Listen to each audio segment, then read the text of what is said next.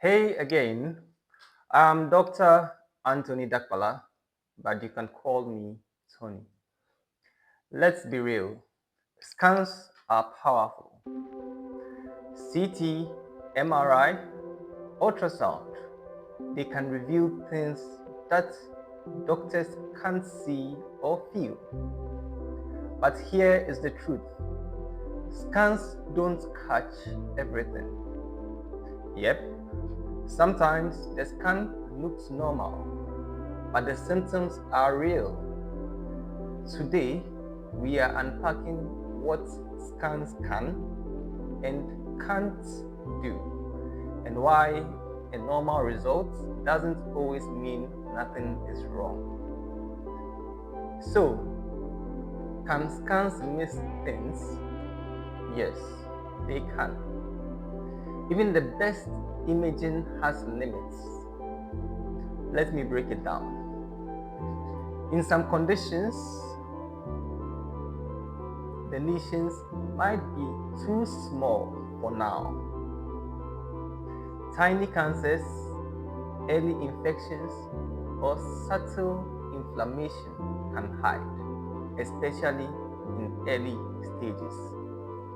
Scans depend on visible changes in tissues. If the change is too subtle to see yet, it might not show, even if symptoms have started. Think of it like this. A camera only captures what's visible in the moment, but some diseases take time to develop.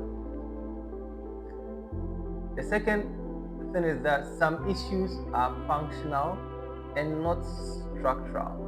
So it's not something that you can see or feel. Scans show structures that are things like organs, bones, tumors that are physical, bleeding, swelling. But what if the problem is how the organ works and not how it looks? For example, you may have headaches due to migraines. Your brain MRI can look completely normal.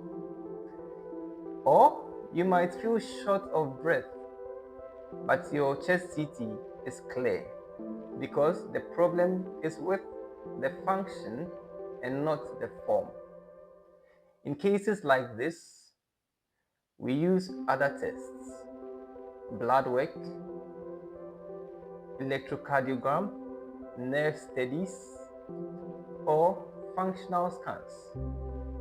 Electrocardiogram is just a short form, is a long form for ECG. Some places they say EKG. The other thing is that timing is everything. Some diseases change fast. So you can do a scan today which could look different a week later.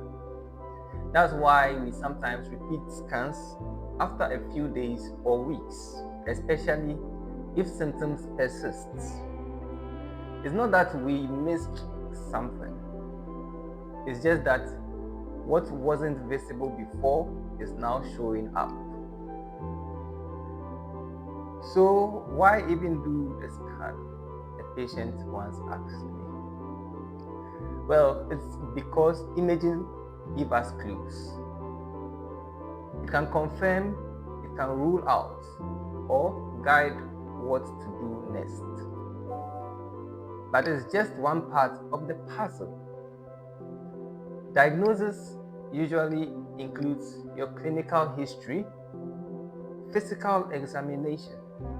We do lab tests as well, and we also do the imaging, which is your CTs, MRI, ultrasound, mammograms, etc. And that gives us a full picture. So, what a normal scan doesn't mean. It doesn't mean that the doctor thinks you are imagining things. And a normal scan doesn't mean that we will stop looking. Once you have symptoms, there's a likelihood that we may continue to search to find out what is causing your symptoms.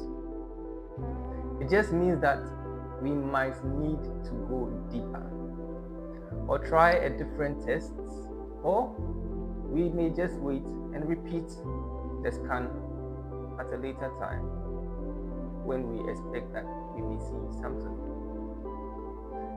You deserve answers, and sometimes finding them takes more than one scan.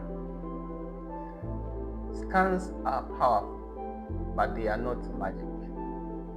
They may miss very early disease, functional problems, fast changing conditions, symptoms without structural changes.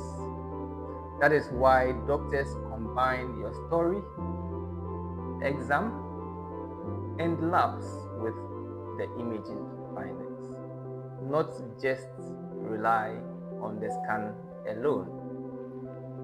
So, next time your scan comes back normal, but you still feel off, advocate for yourself.